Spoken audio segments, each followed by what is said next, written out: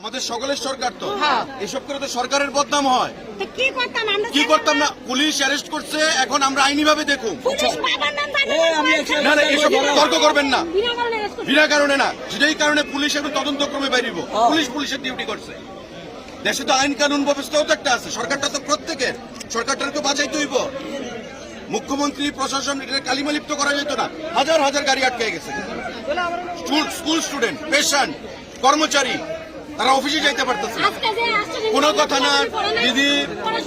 দিদি আমি কইতাছি, এটা এখানে আমি আইছি, আপনার রাস্তা রাখতে হইব। এসপি আইছে, কোনো বিশৃঙ্খলা যেন না হয়।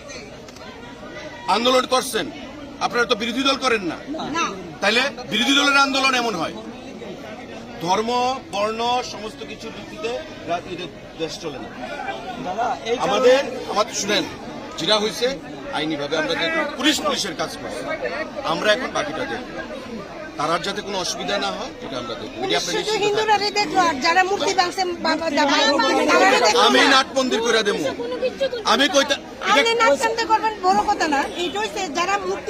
এখন আপনি এখন কি করবেন? রাস্তা বয়ে থাকবেন?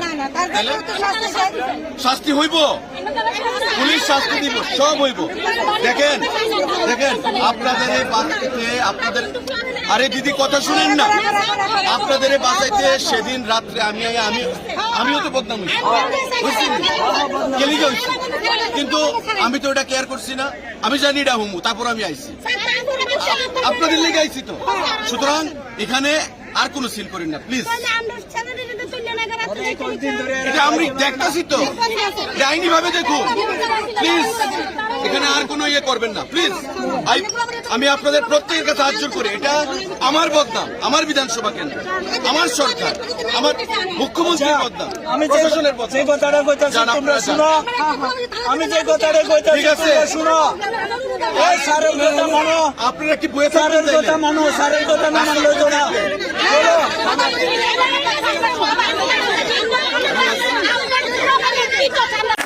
মুক্তি দিতে হবে,